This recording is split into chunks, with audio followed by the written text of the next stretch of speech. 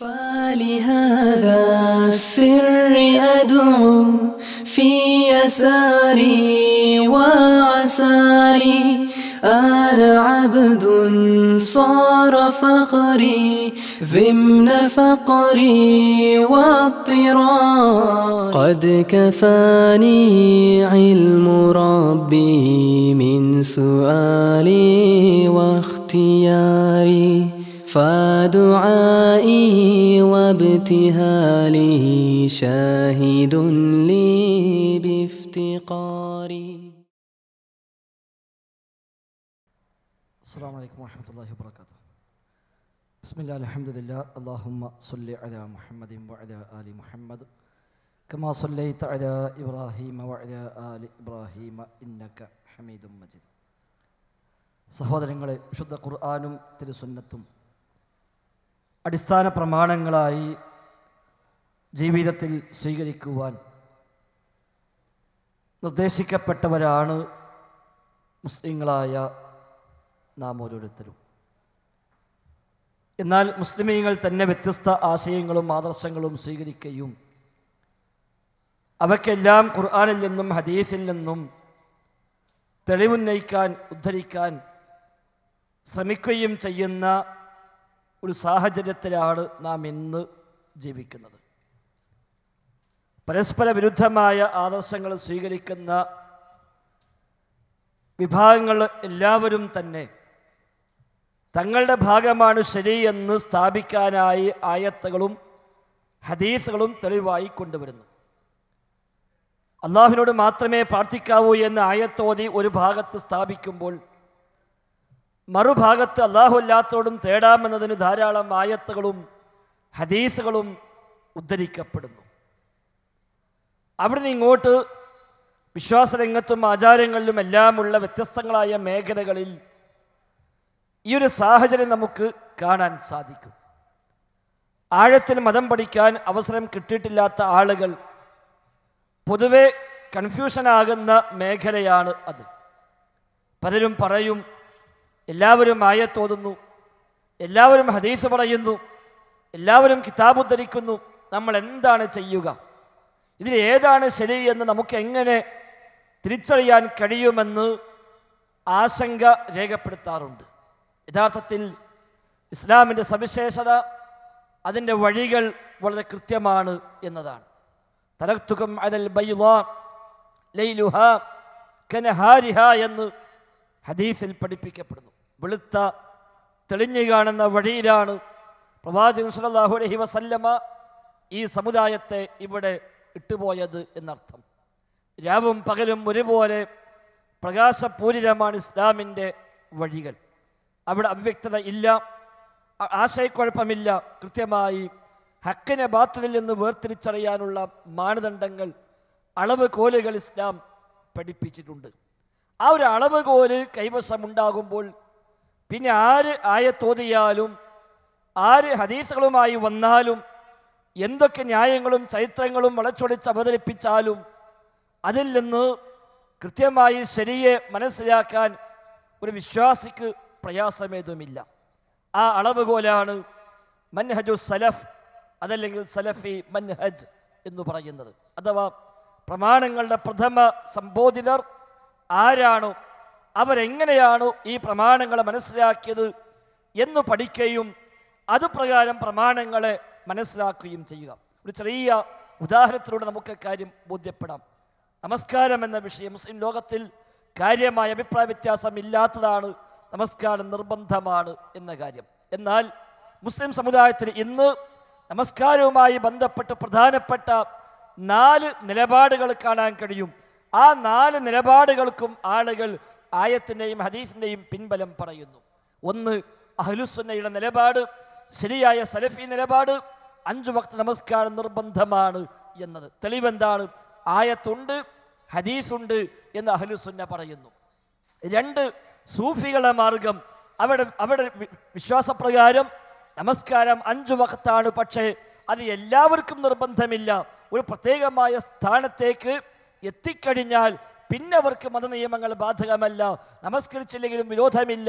വിശുദ്ധ ഖുർആൻ പറയുന്നുണ്ട്, വഅ്ബുദ് റബ്ബക ഹത്താ യഅതിയകൽ യഖീൻ, യഖീനാകുന്നത് വരെ ഇബാദത്തെടുക്കുക, അഥവാ ഉറപ്പാകുന്നവരെ ഇബാദത്തെടുക്കുക എന്നവർ അർത്ഥം പറയുകയും ഉറപ്പായി കഴിഞ്ഞാൽ പിന്നെ ആരാധനകൾ ആവശ്യമില്ലെന്ന് പറയുകയും ചെയ്യുന്നു.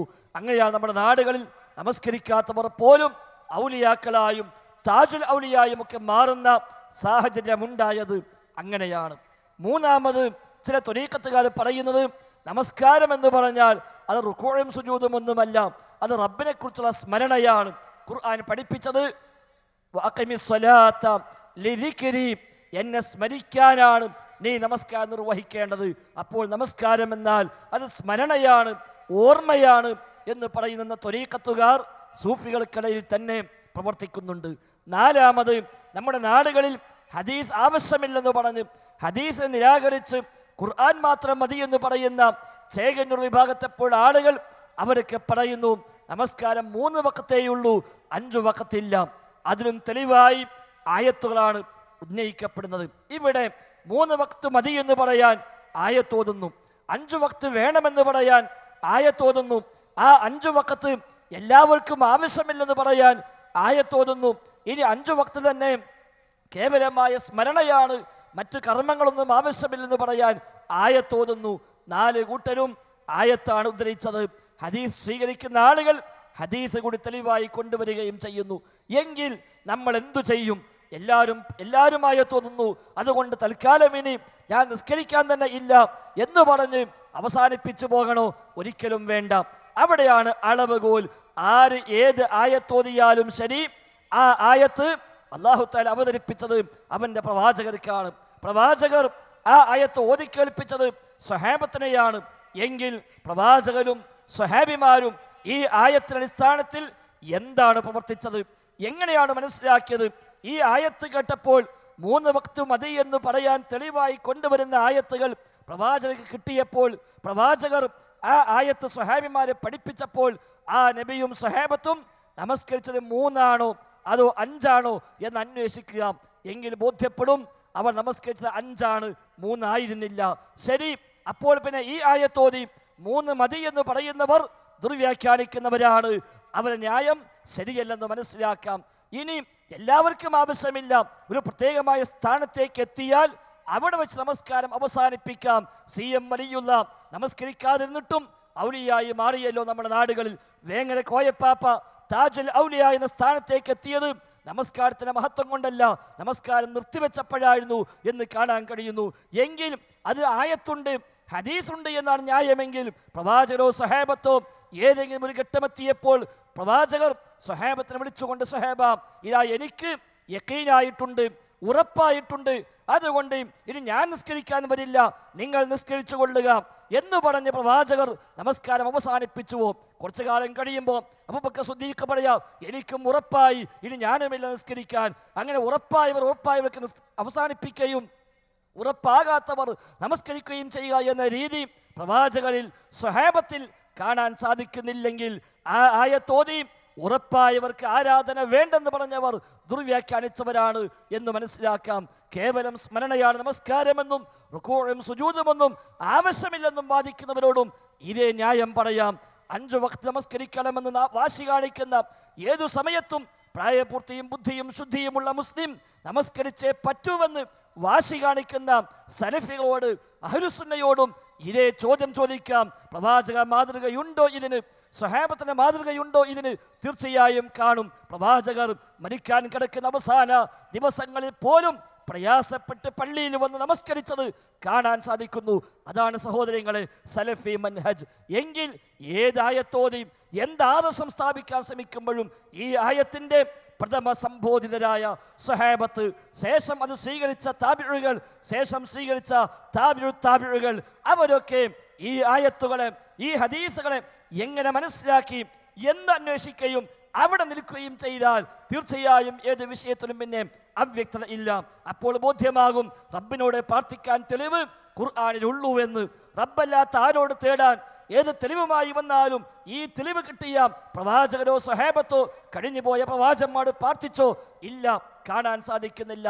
അവിടുന്ന് ഇങ്ങോട്ട് ഏത് വിഷയമെടുത്താലും ശരി അവിടെയൊക്കെ ഈ ആയത്തുകൾ ഈ ഹദീസുകൾ അവതരിച്ചു കിട്ടിയപ്പോൾ നബിയും സ്വഹാബത്തും അതെങ്ങനെയാണ് ജീവിതത്തിൽ പാലിച്ചത് എന്നന്വേഷിക്കുക. അതാണ് സഹോദരങ്ങളെ പ്രമാണങ്ങൾ തിരിച്ചറിയാൻ ശരിയായ മാർഗം. ഖുർആൻ പറഞ്ഞുവല്ലോ, അസ്സാബിഖൂനൽ അവ്വലൂന മിനൽ മുഹാജിരീന വൽ അൻസ്വാർ വല്ലദീന തബഊഹും ബിഇഹ്സാൻ. അൻസ്വാരികളും മുഹാജിറുകളുമായ സ്വഹാബിമാർ അവരെ പിൻപറ്റിയവരും റബ്ബ് അവരെ തൃപ്തിപ്പെട്ടിരിക്കുന്നുവെന്നാണ്. അവരെ പിൻപറ്റുക. ഫൈൻ ആമനു ബിമിസ്ലി മാ ആമൻതും ബിഹി ഫഖദ് ഇഹ്തദൗ. സ്വഹാബത്ത് വിശ്വസിച്ച പോലെ വിശ്വസിച്ചാൽ നേർമാർഗത്തിലാകുമെന്നും ഖുർആൻ പഠിപ്പിക്കുന്നു. ആ നേർമാർഗം സ്വീകരിക്കുക. അതാണ് സലഫി മൻഹജ്. അല്ലാഹു തആല തൗഫീഖ് ചെയ്യുമാറാവട്ടെ. അസ്സലാമു അലൈക്കും വറഹ്മത്തുള്ളാഹി. ഒരു മുസ്ലിമിന് ഇസ്ലാമിൻ്റെ മുഴുവൻ കാര്യങ്ങളും മനസ്സിലാക്കുന്നതിനും അനുഷ്ഠിക്കുന്നതിനും 4-ൽ ഒരു മദ്ഹബ് സ്വീകരിക്കൽ നിർബന്ധമാണോ? ഈ ചോദ്യത്തിന് ഉത്തരം നൽകുന്നത് ബഹുമാന്യനായ അബ്ദുൽ ജബ്ബാർ മദീനി. 4 മദ്ഹബുകൾ എല്ലാവർക്കും സുപരിചിതമാണ്. ഹനഫി മദ്ഹബ്, മാലിക്കി മദ്ഹബ്, ഷാഫിഈ മദ്ഹബ്, ഹംബലി മദ്ഹബ്. നമ്മളെ കേരളത്തിലൊക്കെ പ്രസിദ്ധം ഷാഫിഈ മദ്ഹബാണ്. കേരളം വിട്ടാൽ കൂടുതൽ നാടുകളിൽ പ്രചരിച്ചിട്ടുള്ളത് ഹനഫി മദ്ഹബാണ്. ഏറ്റവും കൂടുതൽ അനുയായികൾ അവകാശപ്പെടുന്ന മദ്ഹബാണ് ഹനഫി മദ്ഹബ്. മാലിക്കി മദ്ഹബ് അറേബ്യൻ ഉപദ്വീപിൻ്റെ ചില ഭാഗങ്ങളിലും ആഫ്രിക്കയിലും പ്രചരിപ്പിക്കപ്പെട്ടിട്ടുണ്ട്. ഹംബലി മദ്ഹബും അറേബ്യയിൽ ചിലയിടങ്ങളിൽ പ്രചരിച്ചിട്ടുണ്ട്.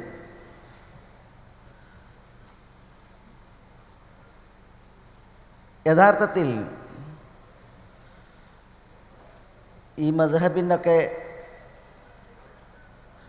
പ്രചാരണം ഇപ്രകാരം ഉണ്ടായിട്ടുണ്ടെങ്കിലും ചോദ്യം, ഒരാൾ മുസ്ലിമായി ജീവിക്കുവാൻ ഈ 4-ൽ ഏതെങ്കിലും ഒരു മദ്ഹബിനെ ആശ്രയിക്കേണ്ടതുണ്ടോ, മുറുകെ പിടിക്കേണ്ടതുണ്ടോ എന്നുള്ളതാണ്.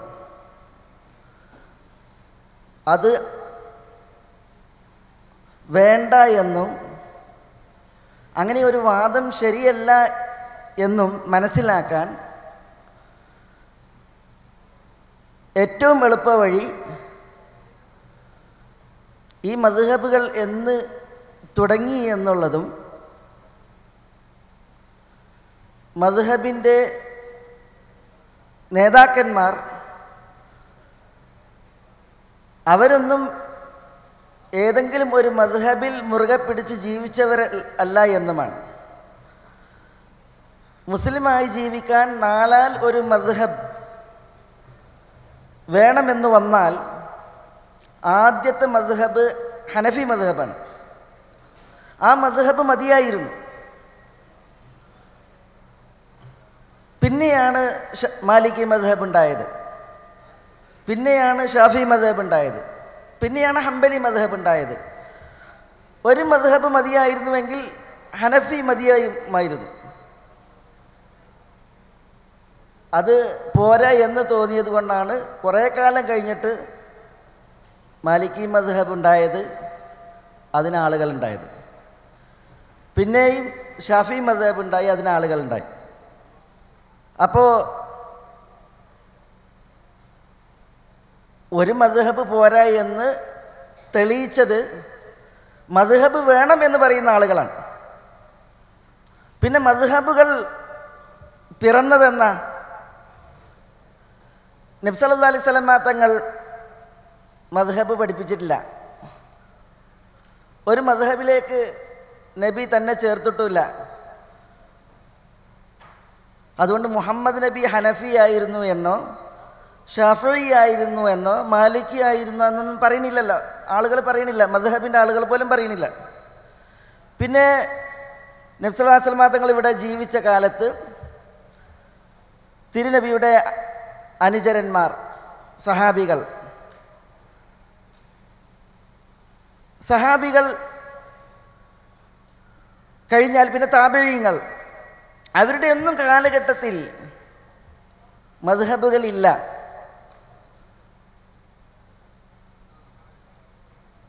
പിന്നീടാണ് മദ്ഹബുകൾ ഉണ്ടാവുന്നത്. അപ്പോൾ നബി സല്ലല്ലാഹു അലൈഹി വസല്ലം തങ്ങൾ ഇവിടെ ലോകർക്ക് മാതൃകയായി ലോകഗുരുവായി ജീവിച്ചു. ഒരു മദ്ഹബിലേക്ക് തന്നെ ചേർക്കാതെ സഹാബികൾ ഇവിടെ ജീവിച്ചു. മനുഷ്യകുലത്തിൽ മാതൃകാ പുരുഷന്മാരായി യഥാർത്ഥ മുസ്ലിമീങ്ങളായി. അവരാരും അബൂബക്കർ റളിയല്ലാഹു അൻഹുവിനെ കുറിച്ച് അദ്ദേഹം ഹനഫി ആയിരുന്നു എന്ന് മാലിക്കി ആയിരുന്നു ഒന്നും പറയണില്ല. അതൊന്നും മദ്ഹബിൻ്റെ ആളുകളും പറയണില്ല. അവരൊക്കെ ഇവിടെ ജീവിച്ച നാളിൽ തന്നെ സ്വർഗത്തിലേക്ക് സന്തോഷവാർത്ത അറിയിക്കപ്പെട്ട് മരണത്തോടുകൂടി സ്വർഗം ലക്ഷ്യമാക്കി യാത്രയായവരാണ്.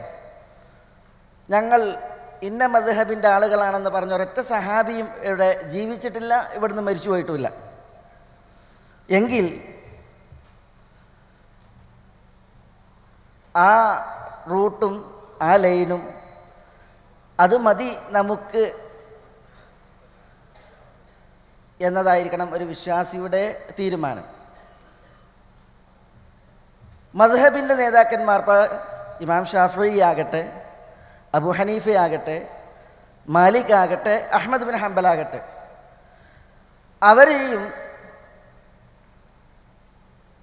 അവരിലേക്ക് മദ്ഹബ് ചേർക്കുക എന്നുള്ളതല്ലാതെ അവർ ഞാൻ മദ്ഹബിൻ്റെ ആളാണ് എന്ന് അവകാശപ്പെട്ടിട്ടില്ല.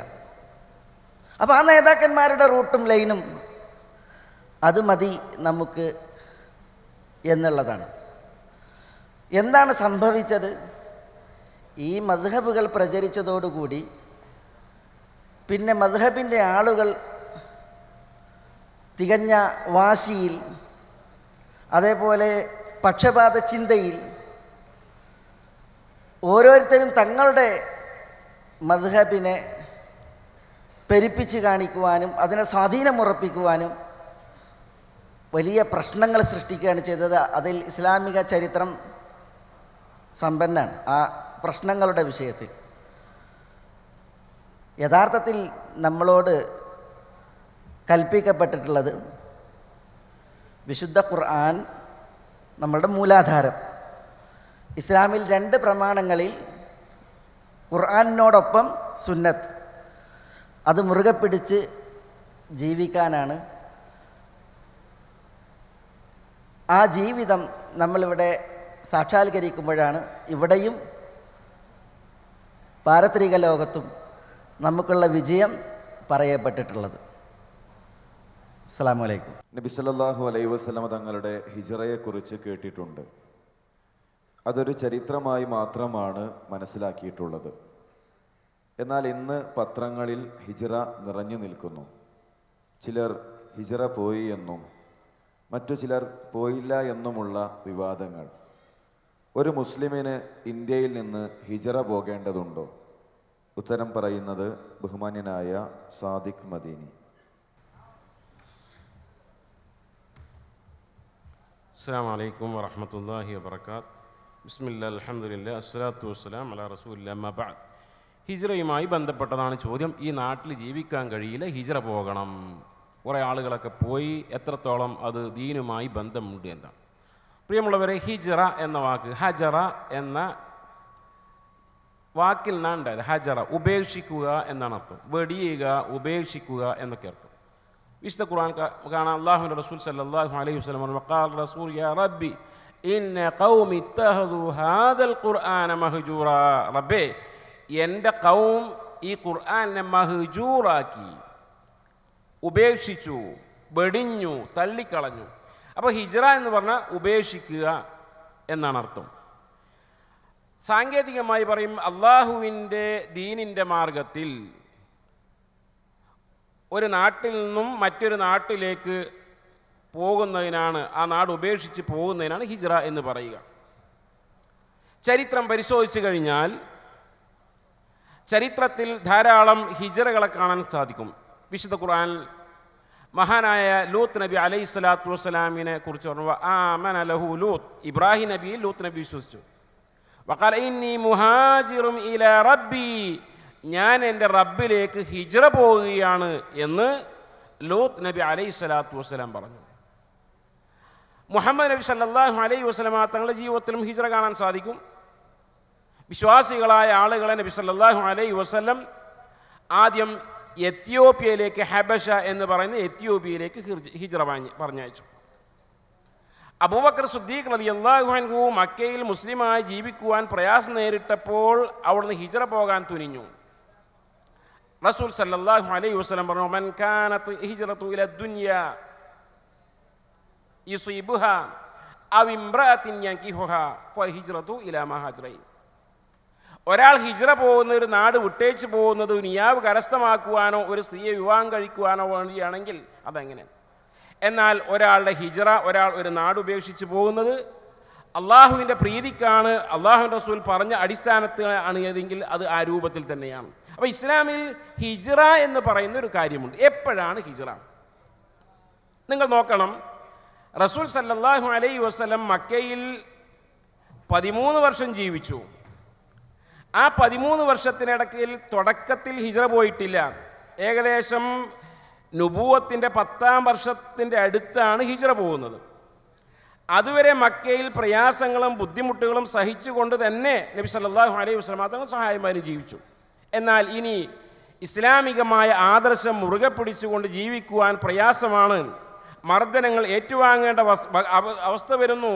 പ്രിയപ്പെട്ട സ്വഹാബിമാർ അള്ളാഹുവിൻ്റെ മാർഗത്തിൽ കൊല്ലപ്പെടുന്നു. അതുകൊണ്ട് മറ്റൊരു രാജ്യത്ത് പോയാൽ അവിടെ ഇസ്ലാമികമായ വിശ്വാസങ്ങൾ അനുഷ്ഠിച്ചുകൊണ്ട്, ആചാരങ്ങൾ അനുഷ്ഠിച്ചുകൊണ്ട് ജീവിക്കുവാനുള്ള ഒരു അവസ്ഥയുണ്ട് എന്ന് മനസ്സിലാക്കിയപ്പോൾ അങ്ങോട്ട് പറഞ്ഞയച്ചു.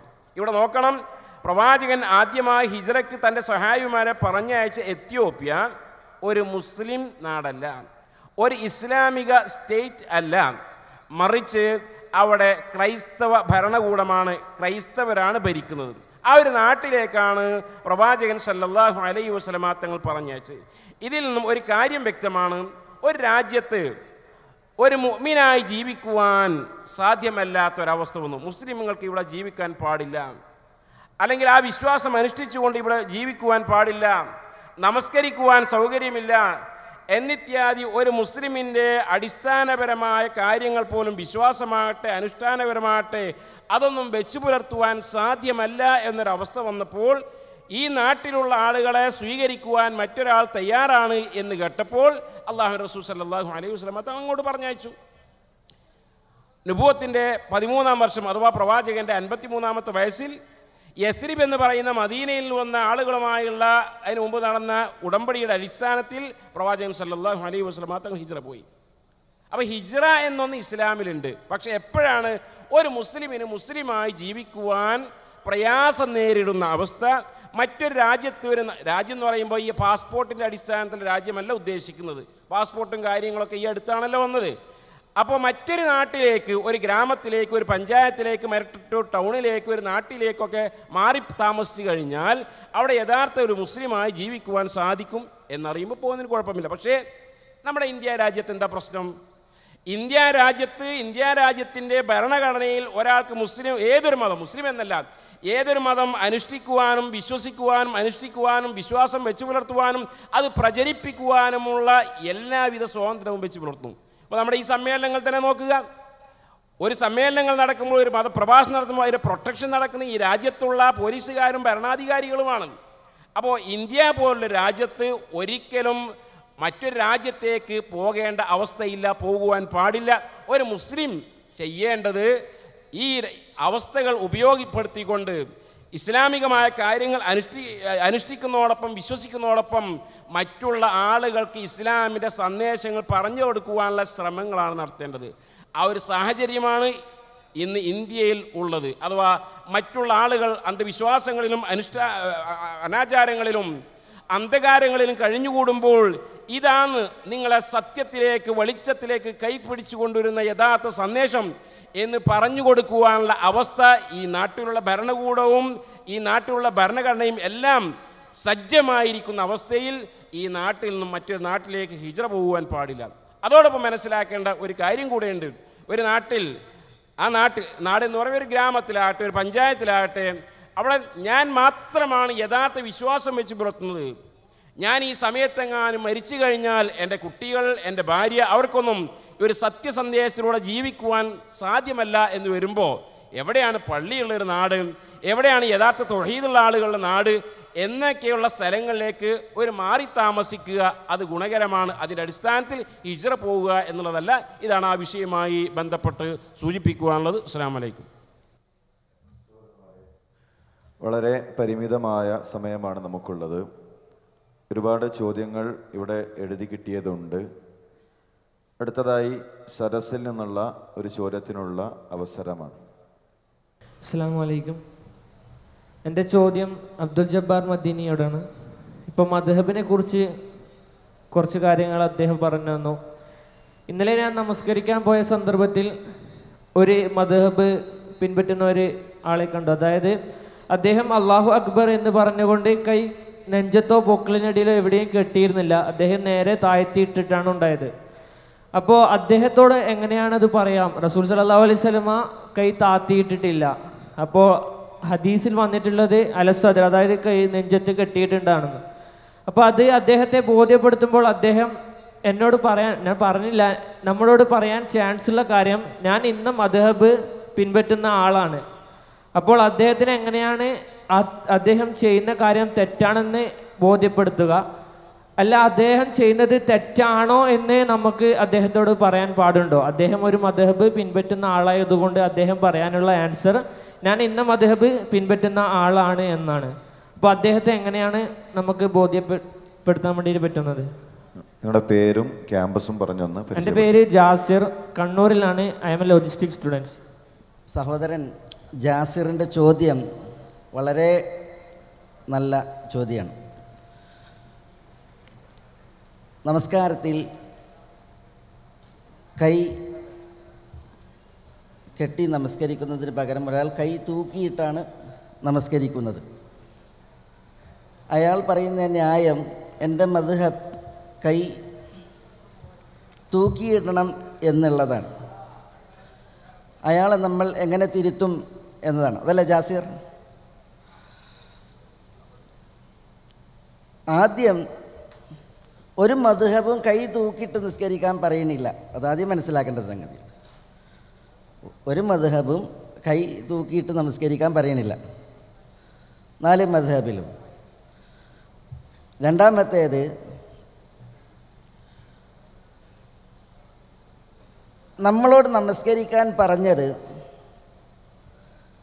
മദ്ഹബ് പഠിപ്പിക്കും വിധം അല്ല. മദീനയിൽ ഒരു സംഘം യുവാക്കൾ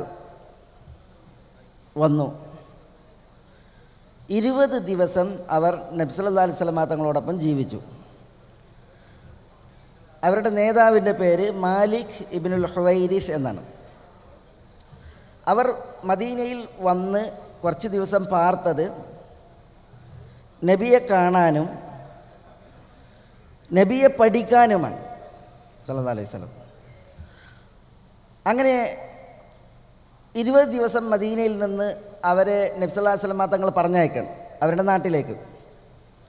അപ്പോൾ അവരോട് നബി പറഞ്ഞത്, സല്ലു കമാ റഅയ്തുമൂനി ഉസല്ലി. 20 ദിവസം നിങ്ങൾ മദീനയിൽ നിന്നു. ഈ താമസത്തിൽ ഞാൻ നിസ്കരിക്കുന്നത് കണ്ടു. ഇനി നിങ്ങൾ നിങ്ങളുടെ നാട്ടിൽ പോയി ഞാൻ നമസ്കരിക്കുന്നത് കണ്ടതുപോലെ നിങ്ങൾ നമസ്കരിക്കണം എന്നാണ്. അവർ നബി സല്ലല്ലാഹു അലൈഹി വസല്ലം തങ്ങൾ എങ്ങനെയാണ് നമസ്കരിക്കുന്നത് കണ്ടത്? നബി സല്ലല്ലാഹു അലൈഹി വസല്ലം തങ്ങൾ നമസ്കാരത്തിൽ കൈകെട്ടി നിന്നു. അതേപോലെ റുക്കൂയിൽ കൈ കാൽമുട്ടിൽ പിടിച്ച് റുക്കൂ ചെയ്തു. സുജൂദിൽ നിലത്ത് കൈ അമർത്തി വെച്ച് സുജൂദ് ചെയ്തു. ഇരിക്കുമ്പോൾ കൈകൾ കാൽമുട്ടിന്മേൽ പിടിച്ച്, അല്ലെങ്കിൽ കാൽമുട്ടിന് തൊട്ടുമുകളിൽ തുടയുടെ ഭാഗത്ത് വെച്ച് ഇരുന്ന് നമസ്കരിച്ചു. ഈ രീതിയിലാണ് കണ്ടത്. അതുകൊണ്ട് ആ ഒരു നമസ്കാര രൂപം അതാണ് തലമുറകൾ കൈമാറിയിട്ടുള്ളത്. നൃത്തത്തിൽ കൈവച്ചപ്പോൾ നബി സല്ലല്ലാഹു അലൈഹി വസല്ലം തങ്ങൾ ഇടത് കൈയിന്മേൽ വലത് കൈ വെച്ചു. വലത് കൈ ഇടത് കൈയിൻ്റെ ഈ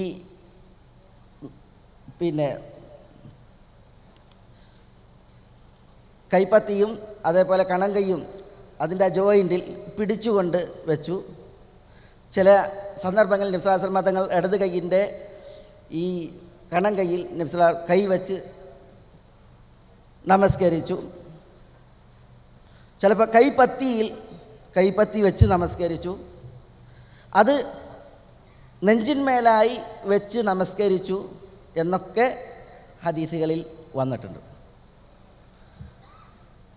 ഒരു വ്യക്തി പറയാണ്, അയാൾ കൈ തൂക്കിയിട്ടിട്ട് നിസ്കരിക്കുമ്പോൾ ഞാൻ എൻ്റെ മദ്ഹബ് ഇപ്രകാരമാണ് എന്ന് പറഞ്ഞാൽ അത് ശരിയല്ല. ഒരു മദ്ഹബിലും അങ്ങനെ കൈ തൂക്കിയിട്ട് നമസ്കരിക്കണം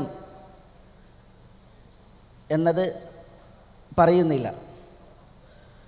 ഞാൻ പറഞ്ഞില്ല, മദ്ഹബിൻ്റെ അപകടങ്ങളിൽ ഒന്നാണ് അവർ പലപ്പോഴും അനുകരിക്കുമ്പോൾ അന്ധമായി അനുകരിക്കുന്നവരാണ്.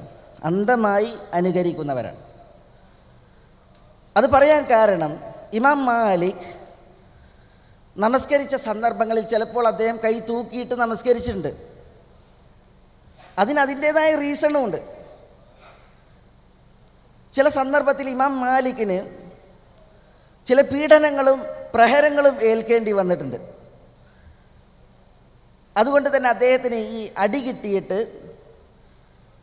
അദ്ദേഹത്തിൻ്റേതല്ലാത്ത കാരണത്താൽ അടി കിട്ടി, നമസ്കരിക്കുമ്പോൾ കൈ കെട്ടാൻ പോലും കഴിയാത്ത വിധം അദ്ദേഹം പെയിൻ കാരണത്താൽ കൈ തൂക്കിയിട്ട് നിസ്കരിച്ചത് വന്നിട്ടുണ്ട്. അത് കൈ കെട്ടാൻ പാടില്ലാത്തത് കൊണ്ടല്ല, പിന്നെയോ കൈ കെട്ടാനാവാത്തത് കൊണ്ടാണ്. പക്ഷേ ഈ അനുകരണ ഭ്രമം അത് അന്ധമാകുമ്പോൾ ഈ രീതിയിൽ എന്ത് ചെയ്യണം, മനസ്സിലാക്കുകയാണ് പലരും ചെയ്യുന്നത്. സുഹൃത്തിനോട് പറയാനുള്ളത്, ഇത്തരം ആളുകളെ തിരുത്തുമ്പോൾ നമ്മൾ ആദ്യം അവരോട് പറയേണ്ടത്, നബി സല്ലല്ലാഹു അലൈഹി വസല്ലം തങ്ങൾ നമസ്കരിച്ചത് നമ്മൾ പഠിക്കുന്നത് ഇങ്ങനെയല്ലേ എന്നാണ്. ഇതുപ്രകാരമല്ലേ നമ്മൾ നമസ്കരിക്കേണ്ടത് എന്നാണ്. പിന്നെ ആ വിഷയത്തിലുള്ള ഹദീസുകൾ നമ്മൾ അറിയിച്ചു കൊടുക്കുക, മനസ്സിലാക്കി കൊടുക്കാൻ വേണ്ടിയിട്ട് ശ്രമിക്കുക. ഇനി നമുക്ക് കഴിയാത്തതാണ് എങ്കിൽ അറിവുള്ളവരെ ക്ഷണിച്ചും വിളിച്ചും, അല്ലെങ്കിൽ അത്തരം പ്രൂഫുകൾ കളക്ട് ചെയ്ത് അതവർക്ക് എത്തിച്ചും ഗുണകാംക്ഷ മനസ്ഥിതിയിൽ തിരുത്തുമ്പോൾ നമ്മൾ ആളാവാനല്ല, പിന്നെയോ ആരെയാണ് നമ്മൾ തിരുത്തുന്നത് അവർ നന്നാവട്ടെ എന്ന നീയത്തിൽ, ലക്ഷ്യത്തിൽ നമ്മൾ തിരുത്തുകയാണ് വേണ്ടത്. അസ്സലാമു അലൈക്കും. ഞാൻ ഈയിടെ നടന്ന പല ചർച്ചകളിലും കേട്ട ഒരു വിഷയമാണ് ചോദിക്കാൻ ആഗ്രഹിക്കുന്നത്. സൂഫിസമാണ് വിഷയം. സൂഫി മുസ്ലിങ്ങളാണ് യഥാർത്ഥ മുസ്ലിങ്ങളെന്നും അവരാണ് ഇസ്ലാമിൻ്റെ സമാധാനത്തിൻ്റെ മുഖമെന്നും പലരും വാദിക്കുന്നത് കണ്ടിട്ടുണ്ട്. സത്യത്തിൽ ആരാണ് സൂഫികൾ? എന്താണ് അവരുടെ പ്രത്യേകത? ഇസ്ലാമിൻ്റെ കാര്യങ്ങൾ ചിത്രീകരിക്കുമ്പോൾ പലപ്പോഴും സൂഫി ഡാൻസുകൾ കാണിക്കുന്നത് കണ്ടിട്ടുണ്ട്. എന്താണ് ഇതിൻ്റെ യാഥാർത്ഥ്യം? ഉത്തരം വിശദീകരിച്ചുകൊണ്ട് സംസാരിക്കുന്നത് ബഹുമാന്യനായ ഫൈസൽ മൗലവി. അസ്സലാമു അലൈക്കും വറഹ്മത്തുള്ളാഹി. ഹിജറ 2-ാം നൂറ്റാണ്ടോടുകൂടി ലോകത്ത് പ്രത്യക്ഷപ്പെട്ട ഒരു ഭക്തി പ്രസ്ഥാനമാണ് യഥാർത്ഥത്തിൽ സൂഫിസം എന്ന് പറയുന്നത്. ഒരുപാട് ഫിത്നകളും രാഷ്ട്രീയമായ വിവാദങ്ങളുമൊക്കെ ഉണ്ടായപ്പോൾ അതിൽ നിന്ന് രക്ഷ നേടാനായി സമൂഹത്തിൻ്റെ മുന്നിൽ നിന്ന് മാറി നിന്ന് ഏതെങ്കിലും പർണശാലകളിൽ ചെന്നുകൂടി ആരാധനയിൽ മുഴുകി ശിഷ്ടകാലം ജീവിക്കാമെന്ന തീരുമാനമായിരുന്നു ഒരർത്ഥത്തിൽ അതിന് തുടക്കം എന്ന് വേണമെങ്കിൽ പറയാം. പക്ഷെ തിരഞ്ഞെടുത്ത രീതി ശരിയായില്ല എന്നു മാത്രം. പിന്നീടത് പ്രസ്ഥാനമായി രൂപപ്പെടുകയും അതിന് പ്രത്യേകമായ ചില നിയമവ്യവസ്ഥകൾ ഉണ്ടായി വരികയും ചെയ്തു. അതിൽപ്പെട്ടതാണ് സൂഫിസത്തിൽ ഒരു ഷെയ്ഖിൻ്റെ കീഴിലാണ് എല്ലാവരും അണിനിരക്കുകയും മതകർമ്മങ്ങൾ ഉൾക്കൊള്ളുകയും ചെയ്യേണ്ടത്. അള്ളാഹുവിലേക്ക് അടുപ്പിക്കാൻ ഒരു ഷെയ്ഖ് അനിവാര്യമാണ് എന്നും ഒരു ഷെയ്ഖ് ഇല്ലാതെ ഒരിക്കലും ഒരാൾക്ക് റബ്ബിലേക്ക് അടുക്കാൻ സാധ്യമല്ല എന്നും പഠിപ്പിക്കുന്നവരാണ് സൂഫികൾ. പ്രവാചകക്കാലത്ത് പ്രവാചകരുടെ കൈപിടിച്ച് ബൈഅത്ത് ചെയ്ത് പ്രതിജ്ഞ ചെയ്ത് ഇസ്ലാമിലേക്ക് വന്നിരുന്നത് പോലെ പ്രവാചകന്റെ കാലശേഷവും എന്നും ഒരു ഖലീഫ വേണമെന്നും ആ ഖലീഫയാണ് അന്നത്തെ ഷെയ്ഖ് എന്നും ആ ഷെയ്ഖിനെ കൈപിടിച്ചു ബൈഅത്ത് ചെയ്ത് ആ ഷെയ്ഖ് നിർദ്ദേശിക്കുന്ന വഴികളിലൂടെ പോയെങ്കിൽ മാത്രമേ ശരിയായ ഇസ്ലാം പ്രകാരം ജീവിക്കാനും സ്വർഗത്തിലേക്ക് എത്താനും സാധിക്കൂ എന്നുമാണ് സൂഫി വിശ്വാസത്തിൻ്റെ അടിത്തറ. അങ്ങനെയാണ് ആ ഷെയ്ഖ് ഞാനാണ് എന്ന അവകാശവാദവുമായി പിൽക്കാലത്ത് ഒരുപാട് ആളുകൾ രംഗത്ത് വരികയും അവിടൊക്കെ പേരുകളിൽ പ്രത്യേകമായ ടീമുകളായി റൂട്ടുകളായി രൂപപ്പെടുകയും ചെയ്തു. ആ റൂട്ടിനെയാണ് ത്വരീഖത്ത് എന്ന് പറയുക. ഒരു ഷെയ്ഖ് നിശ്ചയിക്കുന്ന റൂട്ട് അതാ ത്വരീഖത്ത്, മാർഗമെന്നാണ് ത്വരീഖത്തിനർത്ഥം. അതുകൊണ്ട് ആ ഷെയ്ഖ് നിശ്ചയിച്ച ത്വരീഖത്ത് എന്തോ, ആ ഷെയ്ഖ് നിശ്ചയിച്ച റൂട്ടെന്തോ, ആ റൂട്ടിലൂടെ പോയെങ്കിലേ യഥാർത്ഥ ദീന് പ്രകാരം ജീവിക്കാൻ കഴിയൂ. അവിടെ ആ ഷെയ്ഖ് എന്തു പറഞ്ഞാലും അത് ദീനായി സ്വീകരിക്കണം. അതൊരു പക്ഷേ പ്രമാണവിരുദ്ധമായി പ്രത്യക്ഷത്തിൽ തോന്നിയേക്കാമെന്ന് അവർ പറയും. ആയത്തുകൾക്കോ ഹദീസുകൾക്കോ എതിരാണെങ്കിൽ പോലും ഷെയ്ഖിൻ്റെ വാക്കുകൾക്കാണ് അപ്രമാദിത്വം. കാരണം ഷെയ്ഖിന് അള്ളാഹുവിൽ നിന്ന് നേർക്കുനേരെ വിവരങ്ങൾ കിട്ടുന്നുണ്ട് എന്നാണ്. അതുകൊണ്ട് ആ ഷെയ്ഖ് പറഞ്ഞാൽ അവിടെ മറ്റു പ്രമാണങ്ങളോ കാര്യങ്ങളോ എതിരായി ഉന്നയിക്കാവതല്ല. അങ്ങനെ ഖാദിരിയ ത്വരീഖത്തുണ്ടായി, റിഫാഇയ ത്വരീഖത്ത്, അതേപോലെ സുഹ്റവർദിയ, നക്ഷബന്ദിയ തുടങ്ങി ധാരാളം ത്വരീഖത്തുകൾ, നൂറുകണക്കായ ത്വരീഖത്തുകൾ ഇന്ന് ലോകത്തുണ്ട്. ആ ത്വരീഖത്തിനൊക്കെ ഷെയ്ഖുമാർ എന്ന് അവകാശപ്പെട്ടുകൊണ്ട് ലോകത്ത് പലരും ഉണ്ടായി. അവിടെ കാലശേഷം ആ പിന്മുറ ഏറ്റെടുത്തതിൻ്റെ അടുത്ത തലമുറകളായി വീണ്ടും ആളുകൾ വന്നു. അവർ കൊണ്ടുവന്ന സാങ്കേതിക ശബ്ദങ്ങളാണ് കുത്തുബ്, ഗൗസ്, അബ്ദാല്, നുഖബാ, നുജബാ, കുത്തുബുൽ അഖ്താബ് തുടങ്ങിയ പദപ്രയോഗങ്ങൾ നമ്മുടെ നാടുകളിൽ ഇപ്പോഴും കേൾക്കാം. കുത്തുബുസ്സമാൻ എന്നും കുത്തുബുൽ അഖ്താബ് എന്നൊക്കെയുള്ള വാക്കുകൾ അത് അത്തരം കപട ഭക്തിപ്രസ്ഥാനങ്ങളുടെ സംഭാവനകൾ മാത്രമാണ്. അങ്ങനെ കുത്തുബായി മാറിയ, ഗൗസായി മാറിയ ആളുകൾ അവർക്ക് ഒന്നിലേറെ ശരീരം സ്വീകരിക്കാൻ സാധിക്കുമെന്നും ഒരേ സമയത്ത് ഒന്നിലേറെ സ്ഥലങ്ങളിൽ അവർ പ്രത്യക്ഷപ്പെടുമെന്നും അവർക്ക് അള്ളാഹുവിൽ നിന്ന് നേർക്കുനേരെ വിവരങ്ങൾ ലഭിക്കുന്നുവെന്നും നബിയുമായി അവർ സംഗമിക്കുമെന്നും അതേപോലെ കഴിഞ്ഞകാല പ്രവാചകന്മാരും അവർക്ക് മാർഗനിർദ്ദേശം നൽകാൻ വരുമെന്നുമൊക്കെ അവർ വിശ്വസിച്ചു കൊണ്ടിരിക്കുന്നു. ഖിദ്ർ അലൈഹിസ്സലാത്തു വസ്സലാം പ്രവാചകനാണോ അല്ലേ എന്ന മുസ്ലിം ലോകത്ത് അഭിപ്രായ വ്യത്യാസമുണ്ട്. അദ്ദേഹം മരിച്ചിട്ടില്ല എന്നും അദ്ദേഹം ഇവിടെയെല്ലാം ചുറ്റിക്കറങ്ങി നടക്കുന്നുണ്ട് എന്നും അതേപോലെ ഇല്യാസ് നബിയും ഈസാ നബിയും ഇദ്രീസ് നബിയും ഈ 4 പേരും മരിക്കാതെ ഖിയാമത്ത് വരെ ലോകത്തുണ്ടാകുമെന്നും അവരാണ് ഈ സൂഫി ഷെയ്ഖുമാർക്ക് നേതൃത്വം നൽകുന്നത് എന്നുമാണ് അവർ വിശ്വസിക്കുന്നത്. അതുപോലെ ലോകത്ത് വന്ന എല്ലാ ഷെയ്ഖുമാരുടെയും ഏറ്റവും വലിയ ഷെയ്ഖായി അവർ പരിചയപ്പെടുത്തുന്നത് മുഹീദ്ദീൻ ഷെയ്ഖിനെയാണ്. കുത്തുബുൽ അഖ്താബ് എന്ന പേരിൽ ഖിയാമത്ത് വരെ ലോകത്ത് വന്നതും വരാനിരിക്കുന്നതുമായ ഏതെല്ലാം ഷെയ്ഖുമാരുണ്ടോ ആ ഷെയ്ഖുമാരുടെ മുഴുവനും ഷെയ്ഖ്, അതാണ് കുത്തുബുൽ അഖ്താബ് എന്ന പേരുകൊണ്ട് അവർ അർത്ഥമാക്കുന്നത്. അങ്ങനെയുള്ള ചില സ്ഥാനങ്ങൾ അവർ സ്വയം സൃഷ്ടിച്ചുണ്ടാക്കുകയും അത്തരം ഷെയ്ഖിലൂടെ ആ ഷെയ്ഖിൻ്റെ ഇന്നത്തെ പ്രതിനിധികളായി വരുന്നവർ ആരാണോ അവരെ കൈപിടിച്ചു ബൈഅത്ത് ചെയ്ത് അവർ നൽകുന്ന നിർദ്ദേശങ്ങൾ സ്വീകരിച്ചുകൊണ്ട് മാത്രമേ ഒരാൾക്ക് ഇസ്ലാമിൻ്റെ തനതായ രൂപത്തിലേക്ക് എത്തിപ്പെടാൻ കഴിയൂ എന്നതാണ് സൂഫി ആശയത്തിൻ്റെ അടിത്തറ. അവരാണ് ദിക്റും ദുആയും നിശ്ചയിച്ചു കൊടുക്കുക, അവരാണ് നമസ്കരിക്കണമോ വേണ്ടമോ എന്ന് തീരുമാനിച്ചു കൊടുക്കുക, അവരാണ് മുരീദിന്റെ ജീവിതത്തിന് എല്ലാം തീരുമാനമാക്കി കൊടുക്കുക.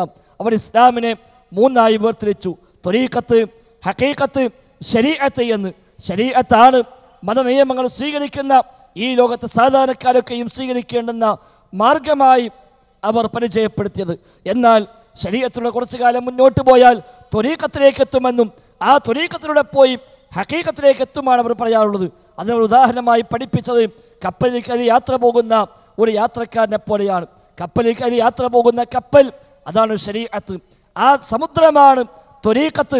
സമുദ്രത്തിന് ആഴിയിൽ കിടക്കുന്ന, അതിന് ആഴങ്ങളിൽ കിടക്കുന്ന മുത്ത്, അതാണ് ഹഖീഖത്ത്. കപ്പലിൽ കയറി സമുദ്രത്തിലൂടെ യാത്ര പോയി മുത്തുള്ള സ്ഥലത്തേക്ക് എത്തുമ്പോൾ കപ്പൽ ഉപേക്ഷിച്ച് ആ വെള്ളത്തിലേക്ക് മുങ്ങി ആ മുത്തുകൾ പെറുക്കിയെടുത്ത് കൊണ്ടുവരുന്നവനെ പോലെയാണ് ത്വരീഖത്തിലൂടെ പോകുന്ന ഒരാൾ എന്നാണ്.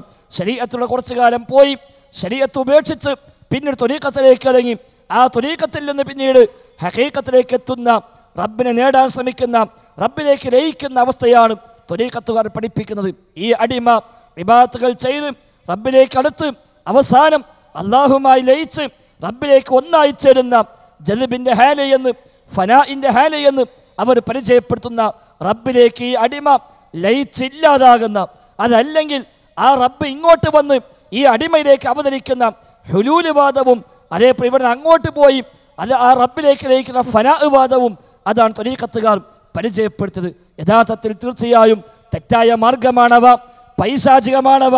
ഇസ്ലാം പഠിപ്പിച്ചവയെല്ലാം പ്രവാചകരോ സ്വഹാബത്തോ താബിഇകളോ തബഉ താബിഇകളോ അത്തരം ത്വരീഖത്തുകളെ പരിചയപ്പെടുത്തിയിട്ടില്ല. അതുകൊണ്ട് തന്നെ അത്തരം രീതികളെ നാം വർജിക്കുക, ദീനുമായി ഇസ്ലാമുമായി ബന്ധമില്ലെന്ന് തിരിച്ചറിയുക. അള്ളാഹു തൗഫീഖ് പ്രദാനം ചെയ്യുമാറാവട്ടെ. അസ്സലാമു അലൈക്കും വറഹ്മത്തുള്ളാഹി വബറകാതുഹു. ഞാൻ ചോദിക്കുന്നത് അബദ്ധമാകുമോ എന്നറിയില്ല. എല്ലാ മുസ്ലിമീങ്ങളും ഐക്യപ്പെട്ട് പ്രവർത്തിക്കണമെന്ന് ഞാൻ ആഗ്രഹിക്കുന്നു. ഈയിടെ നടന്ന മുജാഹിദ് ഐക്യം മനസ്സിന് വലിയ സന്തോഷം നൽകി. പ്രോഫ്കോൺ ഐക്യത്തെ എങ്ങനെ കാണുന്നു? ഉത്തരം പറഞ്ഞുകൊണ്ട് സംസാരിക്കുന്നത് ബഹുമാന്യനായ ടി കെ അഷ്റഫ്. അസ്സലാമു അലൈക്കും. ഐക്യം മുസ്ലിമീങ്ങൾ തമ്മിൽ മാത്രമല്ല, നമ്മുടെ രാജ്യത്ത് സമാധാനവാദികളായ മുഴുവൻ മനുഷ്യന്മാരും ഐക്യപ്പെടേണ്ട ഒരു ഘട്ടത്തിലൂടെയാണ് നമ്മൾ കടന്നു പോകുന്നത്. ഇന്നലെ ഉത്തരേന്ത്യയിലെ 5ഓളം നിയമസഭകളിലേക്ക് നടന്ന തെരഞ്ഞെടുപ്പിൻ്റെ ഫലം ഇന്ന് നമ്മൾ പത്രങ്ങളിലൂടെ വായിച്ചു. ഇന്ന് രാജ്യം ഭരിക്കുന്ന നമ്മുടെ ഇവിടെയുള്ള ഭരണകക്ഷിക്ക് വമ്പിച്ച ഒരു വിജയമാണ് പ്രധാനപ്പെട്ട നിയമസഭകളിൽ ലഭിച്ചിട്ടുള്ളത്. അത് അവരുടെ ഭരണത്തിൻ്റെ മേന്മയേക്കാൾ അപ്പുറം അവിടെയുള്ള മതേതര കക്ഷികളുടെ ഭിന്നതയും അവരുടെ ഛിദ്രതയുമാണ് അതിന് കാരണമായിട്ടുള്ളത് എന്ന് നമുക്കെല്ലാവർക്കും അറിയാം.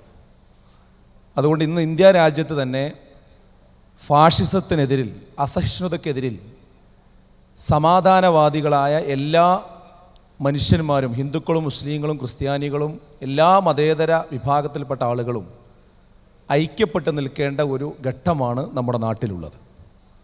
അതുപോലെ തന്നെ മുസ്ലിമീങ്ങൾ ഒരു സമുദായം എന്ന നിലക്ക് അവരനുഭവിക്കുന്ന ഒട്ടനവധി പ്രശ്നങ്ങളുണ്ട്. ഏക സിവിൽ കോഡ് ഇപ്പോൾ നമ്മുടെ മുമ്പിൽ, നമ്മുടെ രാജ്യത്തിൻ്റെ ഭരണഘടനയ്ക്ക് മുമ്പിൽ തൂങ്ങി നിൽക്കുന്നു. പ്രത്യക്ഷത്തിൽ ന്യൂനപക്ഷങ്ങൾക്ക് എതിരാണ് എന്ന് പറയുന്നുവെങ്കിലും നമ്മുടെ രാജ്യത്തിന് എതിരാണ് ആ നിയമം. അതുപോലെ ശരീഅത്തുമായി ബന്ധപ്പെട്ട പ്രശ്നങ്ങൾ, ഇസ്ലാമിക പ്രബോധകന്മാർക്ക് നേരെയുള്ള വേട്ടയാടലുകൾ, ഡോക്ടർ സാക്കിർ നായിക്കിനെ പോലെയുള്ള പ്രബോധകന്മാർക്ക് നേരെയുള്ള പ്രശ്നങ്ങൾ, അതുപോലെ തന്നെ നമ്മുടെ മലപ്പുറം ജില്ലയിൽ ഫൈസൽ എന്ന് പറയുന്ന ഒരു സഹോദരൻ ഈയിടെ ഇസ്ലാം മതം വിശ്വസിച്ചു അതിലേക്ക് മാറി എന്ന കാരണത്താൽ കൊല ചെയ്യപ്പെട്ട സാഹചര്യം, ഇങ്ങനെയുള്ള ഒരുപാട് പ്രശ്നങ്ങൾ മുസ്ലിം സമുദായത്തിന് നേർക്കുനേരെ ഉണ്ടാകുമ്പോൾ തന്നെ സമുദായത്തിലെ എല്ലാ കക്ഷികളും ഒരുമിച്ച് നിൽക്കേണ്ട, ഒന്നിച്ച് നിൽക്കേണ്ട ഒരു ഘട്ടമാണ് ഇപ്പോഴുള്ളത്.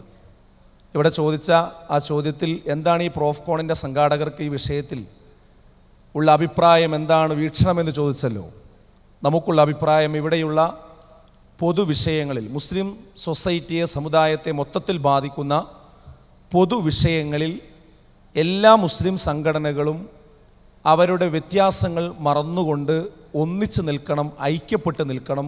അതിനുവേണ്ടി എന്തൊക്കെ കാര്യങ്ങൾ ചെയ്യാൻ സാധിക്കുമോ അതെല്ലാം എല്ലാ കാലഘട്ടങ്ങളിലും ചെയ്ത ഒരു പ്രസ്ഥാനമാണ് മുജാഹിദ് പ്രസ്ഥാനം. ആ മുജാഹിദ് പ്രസ്ഥാനത്തിൻ്റെ പ്രബോധന വിഭാഗമാണ് വിസ്ഡം ഗ്ലോബൽ ഇസ്ലാമിക് മിഷൻ. അതിൻ്റെ ആഭിമുഖ്യത്തിലാണ് ഈ പ്രോഫ്കോൺ സംഘടിപ്പിച്ചിട്ടുള്ളത്. അതുകൊണ്ട് തന്നെ ആ പാരമ്പര്യം തന്നെയാണ് ഇപ്പോഴും നമുക്ക് ആ വിഷയത്തിൽ പറയാനുള്ളത്. മുസ്ലിമീങ്ങളെ ബാധിക്കുന്ന വിഷയങ്ങളിൽ അവർ ഒന്നിച്ചു നിന്നുകൊണ്ട് മുന്നോട്ട് പോവുകയാണ് വേണ്ടത്. അതിനർത്ഥം അവർ തമ്മിൽ മതപരമായ അഭിപ്രായ വ്യത്യാസങ്ങൾ മുഴുവനും മാറ്റിവെക്കണം എന്നതല്ല. അതൊക്കെ നിലനിർത്തിക്കൊണ്ട് തന്നെ പൊതുവിഷയങ്ങളിൽ ഏക സിവിൽ കോഡ് പോലെയുള്ള, അതുപോലെ തന്നെ മറ്റു പ്രബോധകന്മാർക്ക് നേരെയുള്ള വേട്ടയുമായി ബന്ധപ്പെട്ട് പോലെയുള്ള പൊതുവിഷയങ്ങളിൽ ഒന്നിച്ചു നിൽക്കാവുന്നതാണ്.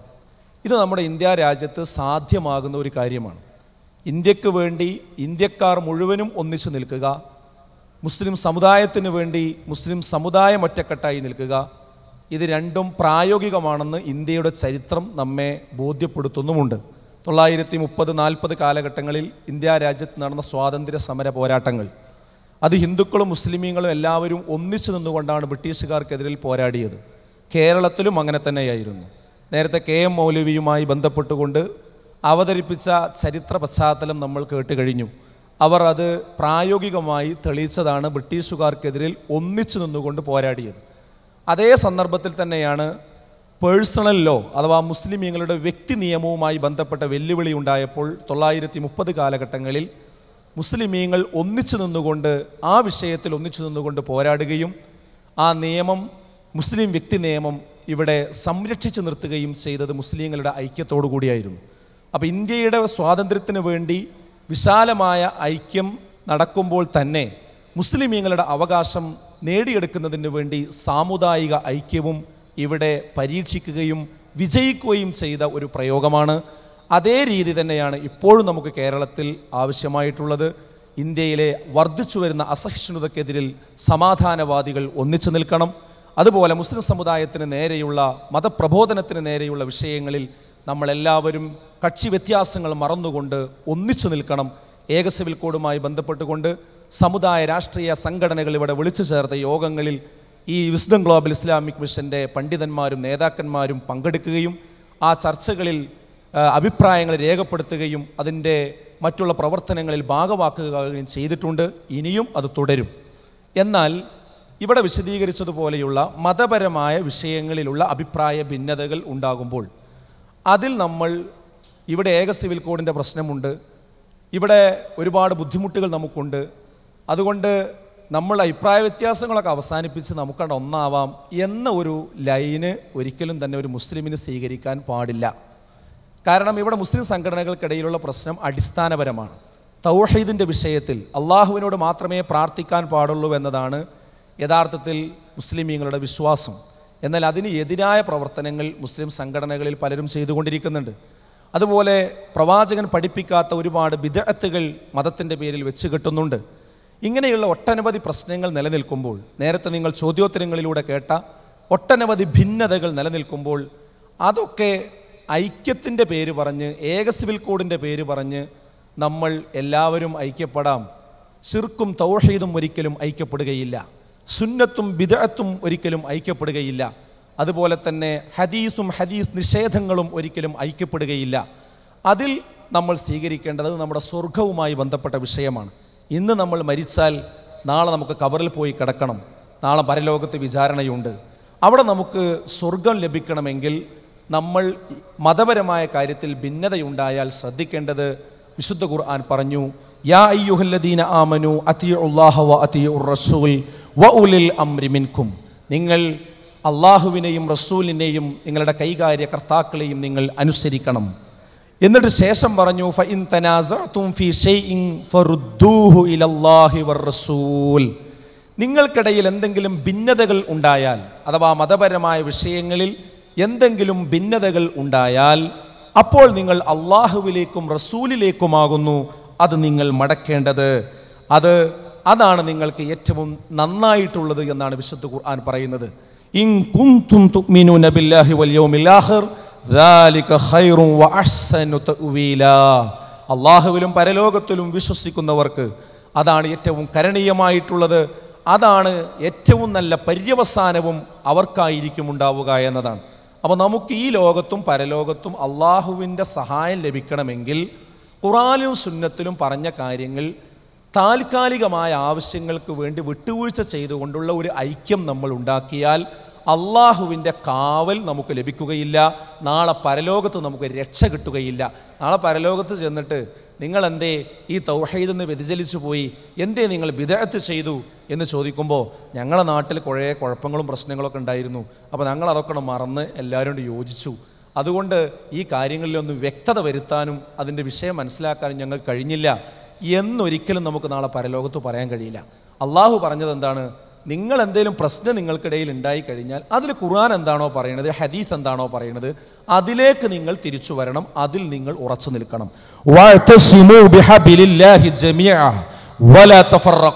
ഈ ആയത്ത് നമ്മളെല്ലാവരും ഐക്യം എന്ന വാക്ക് കേൾക്കുന്ന സദസ്സുകളിലെല്ലാം ഉന്നയിക്കപ്പെടാറുള്ള ഒരായത്താണിത്. നിങ്ങൾ അള്ളാഹുവിൻ്റെ പാശത്തിൽ നിങ്ങൾ മുറുകെ പിടിക്കണം. വലാ തഫറഖു, നിങ്ങൾ ഒരിക്കലും ഭിന്നിച്ചു പോകരുത് എന്നാണ് ഇവിടെ പറഞ്ഞത്. എന്താ? നിങ്ങൾ അള്ളാഹുവിൻ്റെ പാശത്തിൽ നിങ്ങൾ യോജിക്കണം, അഥവാ വിശുദ്ധ ഖുർആനിൽ പ്രമാണങ്ങളിൽ നിങ്ങൾ യോജിക്കണം എന്നാണ്.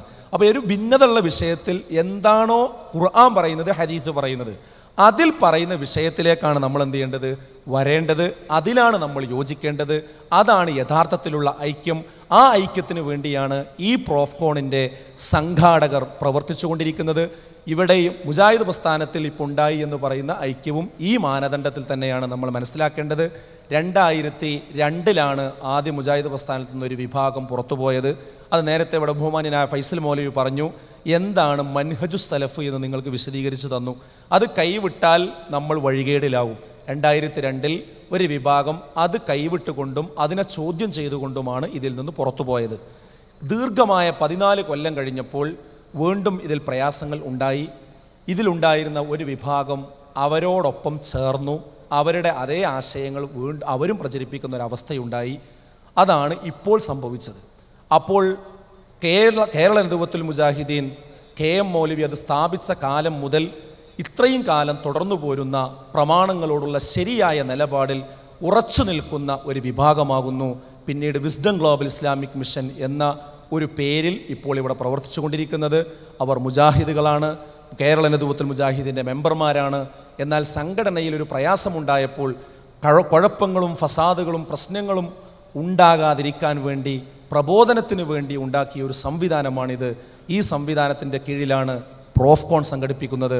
അതുകൊണ്ട് തന്നെ നമുക്ക് ഈ കാര്യത്തിൽ വ്യക്തമായ കാഴ്ചപ്പാടുണ്ട്. ആ കാഴ്ചപ്പാട് ഇത് തന്നെയാണ്. ഈ വിഷയങ്ങളിൽ, ഈ മൻഹജു സലഫിൻ്റെ വിഷയങ്ങളിൽ, ഹദീസുമായി ബന്ധപ്പെട്ട വിഷയങ്ങളിൽ, അതുപോലെ തന്നെ ഒട്ടനവധി കാര്യങ്ങളിൽ തർക്കങ്ങൾ നിലവിലുണ്ട്. അത് ഖുർആനിൻ്റെയും സുന്നത്തിൻ്റെയും അടിസ്ഥാനത്തിൽ ചർച്ച ചെയ്ത് പരിഹരിച്ചു കൊണ്ടായിരിക്കണം ഐക്യപ്പെടേണ്ടത്. അപ്പോൾ മാത്രമേ ആ ഐക്യത്തിന് ബർക്കത്തുണ്ടാവുകയുള്ളൂ, അള്ളാഹുവിൻ്റെ അനുഗ്രഹമുണ്ടാവുകയുള്ളൂ. നേരത്തെ പറഞ്ഞ മൻഹജു സലഫുമായി ബന്ധപ്പെട്ട വിഷയം, അതുപോലെ തന്നെ ബുദ്ധിക്ക് അമിതമായ പ്രാധാന്യം കൊടുക്കുന്ന വിഷയം, ഹദീസുകളെ നിഷേധിക്കുന്ന പ്രവണത, അള്ളാഹുവിൻ്റെ നാമഗുണവിശേഷണങ്ങളിലുള്ള പ്രശ്നങ്ങൾ, അതുപോലെ തന്നെ മലക്കുകളെക്കുറിച്ചുള്ള വിശ്വാസത്തിലുള്ള തകരാറുകൾ. ബദർ യുദ്ധത്തിൽ മലക്കുകൾ ഇറങ്ങി യുദ്ധം ചെയ്തിട്ടുണ്ടെന്നാണ് മുസ്ലിമീങ്ങളുടെ വിശ്വാസം. എന്നാൽ ഈ ഐക്യപ്പെട്ടു എന്ന് പറയുന്ന വിഭാഗങ്ങളിൽ പറയുന്നത് അങ്ങനെ യുദ്ധം ചെയ്തു എന്ന് പറയാൻ കഴിയില്ല, അഥവാ മലക്കുകൾ യുദ്ധം ചെയ്തതിനെ നിഷേധിക്കുന്ന അവസ്ഥ, ഖബറിലുള്ള ശിക്ഷ വെറും ആത്മീയമാണെന്ന് പറയുന്ന അവസ്ഥ, അതുപോലെ നരകത്തിൻ്റെ മുകളിലൂടെയുള്ള സിറാത്ത് പാലത്തെ നിഷേധിക്കുന്ന സാഹചര്യം, അവസാന കാലത്ത് വരുന്ന മസീഹുദ്ദജാലിനെ നിഷേധിക്കുന്ന സാഹചര്യം, എല്ലാവർക്കും അറിയുന്ന സംസം വെള്ളം, ആ സംസം വെള്ളത്തിൻ്റെ മഹത്വത്തെ നിഷേധിക്കുന്ന സാഹചര്യം, ഹജറുൽ അസ്വദ് കേവലം ഒരു കല്ലാണെന്ന് പറയുന്ന അവസ്ഥ, ഇസ്ലാം നിരോധിച്ച സംഗീതത്തെ പോലും അനുവദിക്കുന്ന സാഹചര്യം, ഇങ്ങനെ തുടങ്ങി വിശ്വാസ കർമ്മ ആചാര മേഖലകളിൽ ഒരുപാട് പ്രശ്നങ്ങൾ നിലനിർത്തിക്കൊണ്ടാണ് ഇപ്പോൾ മുജാഹിദ് വിഭാഗങ്ങൾ ഐക്യപ്പെട്ടു എന്ന് പറയുന്നത്. 11 മാസം അവർ ചർച്ച ചെയ്തു എന്ന് പറയുകയല്ലാതെ ആ ചർച്ചയിൽ നിന്ന് പ്രമാണത്തിലേക്ക് കടന്നു വന്നുകൊണ്ടുള്ള ഒരു യോജിപ്പും ആ നിലക്കുള്ള ഒരു പ്രഖ്യാപനവും അതിൻ്റെ ഒരു പ്രായോഗിക സമീപനവും ഈ നിമിഷം വരെയും ഉണ്ടായിട്ടില്ല. വമ്പിച്ച അന്തസംഘർഷങ്ങൾ അതിനുശേഷം അവർക്കിടയിൽ തന്നെ ഉണ്ടായിക്കൊണ്ടിരിക്കുന്നു. അങ്ങനെയുള്ള താൽക്കാലിക ഐക്യങ്ങളല്ല, ശാശ്വതമായ ഐക്യമാണ് നമുക്കാവശ്യം. അത് ഖുർആനിലേക്കും സുന്നത്തിലേക്കും തിരിച്ചു വന്നുകൊണ്ടുള്ള ഐക്യമാണ്. അതിൻ്റെ പ്രവർത്തന ഗോതയിലാണ് നമ്മളുള്ളത്. അള്ളാഹു ഈ മുസ്ലിം ഉമ്മത്തിനെ സത്യത്തിൽ ഐക്യപ്പെടുത്തി നിലനിർത്തുമാറാകട്ടെ. അസ്സലാമു അലൈക്കും വറഹ്മത്തുള്ളാഹി. ക്യാമ്പസിൻ്റെ അടുത്തുള്ള പള്ളികളിൽ വന്ന് ചില ആളുകൾ ഞങ്ങളെ തബ്ലീഗിന് ക്ഷണിക്കാറുണ്ട്. അതിൽ പങ്കെടുക്കുന്നതിൻ്റെ വിധി എന്താണ്? അതുപോലെ പ്രബോധനത്തിന് കൂട്ടം കൂടി ദിവസം നിശ്ചയിച്ചുകൊണ്ട് പോകുന്ന ശൈലിയുണ്ടോ? ഉത്തരം പറയുന്നത് ബഹുമാന്യനായ അബ്ദുൽ ജബ്ബാർ മദീനി. അസ്സലാമു അലൈക്കും. ഇവിടെ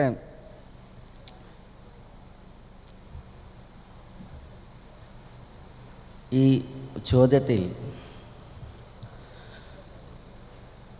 അതിൻ്റെ ഉത്തരത്തിലേക്ക് വരും മുമ്പ് ഇപ്പോൾ ഈ പ്രോഫ്കോണിൽ ഇപ്പോൾ നമ്മുടെ രജിസ്ട്രേഷൻ വിദ്യാർത്ഥികൾ 10,000-ലേറെ പേർ രജിസ്റ്റർ ചെയ്തിട്ടുണ്ട്. അതിൽ കുറച്ച് പേർക്കൊക്കെ വരാനുള്ള അസൗകര്യങ്ങളുണ്ടാകാം. എന്നാലും ആ 10,000-ലേറെ രജിസ്ട്രേഷനിൽ വലിയൊരളവ് ഇവിടെ ഒത്തുകൂടിയിട്ടുണ്ട്. സംഘാടകരുടെ ഉദ്ദേശങ്ങൾ, ലക്ഷ്യങ്ങൾ, ഈ പ്രോഫ്കോണിൻ്റെ മെസ്സേജ് എന്ത് എന്ന് നിങ്ങളിവിടെ അനുഭവിച്ച് അറിഞ്ഞവരാണ്.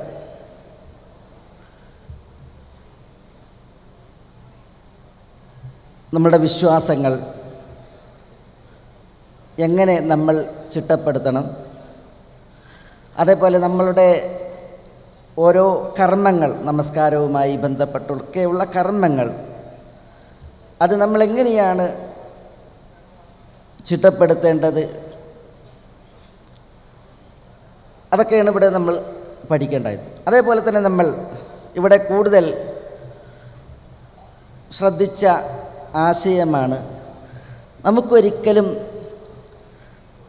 തീവ്രതയോട് ഒരടുപ്പമല്ല. നമ്മൾ ഈ നാട്ടിൽ സമാധാനപ്രിയരാണ്. നമ്മൾ സമാധാന വാഹകരാണ്. തീവ്രവാദികൾ, അങ്ങനെയുള്ള സംഘടനകൾ നമ്മളൊരിക്കലും അവരോട് ഒത്തുകൂടാനോ അവരെ സഹായിക്കാനോ പാടില്ല. ഈ വിദ്യാർത്ഥി ലോകം ഇവിടെ നിന്നിറങ്ങിയാൽ, ഈ നാടിൻ്റെ വിവിധ ഭാഗങ്ങളിൽ ചെന്നാൽ അവിടങ്ങളിൽ സമാധാനകാംക്ഷികളും സമാധാനം പറയുന്നവരുമായിരിക്കണം നമ്മൾ. അതാണ് നമ്മളിവിടെ ഒരു മെസ്സേജായിട്ട് ഇവിടുന്ന് പോകുമ്പോൾ നമുക്ക് വഹിക്കാനുള്ളത്. നമ്മൾ ജീവിച്ച് നമ്മുടെ പരിസരങ്ങളെ സജീവമാക്കുമ്പോൾ, ഇങ്ങനെയൊരു പരിപാടിയിൽ പങ്കെടുത്ത് അവിടെ നിന്ന് ആർജിച്ച അറിവും അനുഭവമാണ് എന്നെ മാറ്റിയത് എന്നത് ലോകർ നമ്മളിൽ നിന്ന് വായിക്കണം. ഞാൻ തന്നെ ചില വിദ്യാർത്ഥികളോട് സംസാരിച്ചപ്പോൾ ഒരിക്കലും വറ്റാത്ത കണ്ണീരിൽ ആ വിദ്യാർത്ഥികൾ എന്നോട് പറഞ്ഞത്, ചിലർ എന്നോട് പറഞ്ഞത്, എൻ്റെ ജീവിതത്തിൻ്റെ ഒരു മാറ്റത്തിൻ്റെ തുടക്കമാണ് ഈ പ്രോഫ്കോൺ എന്നാണ്. പലവിധ തെറ്റിദ്ധാരണകൾ, അതേപോലെ തെറ്റായ ആശയങ്ങൾ ജീവിതത്തിൽ പേറി വഴിതെറ്റി നടക്കുന്ന വ്യക്തിക്ക് ഇവിടെ നിന്ന് കിട്ടിയ അറിവുകൾ, മതപരമായ വിധികൾ, വിഷയങ്ങൾ അയാളെ മാറ്റുകയും ജീവിതത്തോട് ഇച്ഛാഭംഗപ്പെട്ട് ഇനി ജീവിതം നിർത്തിയാൽ മതി എന്ന് ആലോചിച്ച വ്യക്തി ഇനി ജീവിതം തുടങ്ങണം എനിക്ക് എന്ന് ഇവിടെ വെച്ച് പ്രതിജ്ഞ എടുക്കുകയാണ്. ജീവിതം എനിക്ക് ഇനി തുടങ്ങണം എന്ന്. ആ ഒരു മനസ്സായിരിക്കണം എല്ലാ വിദ്യാർത്ഥികൾക്കും.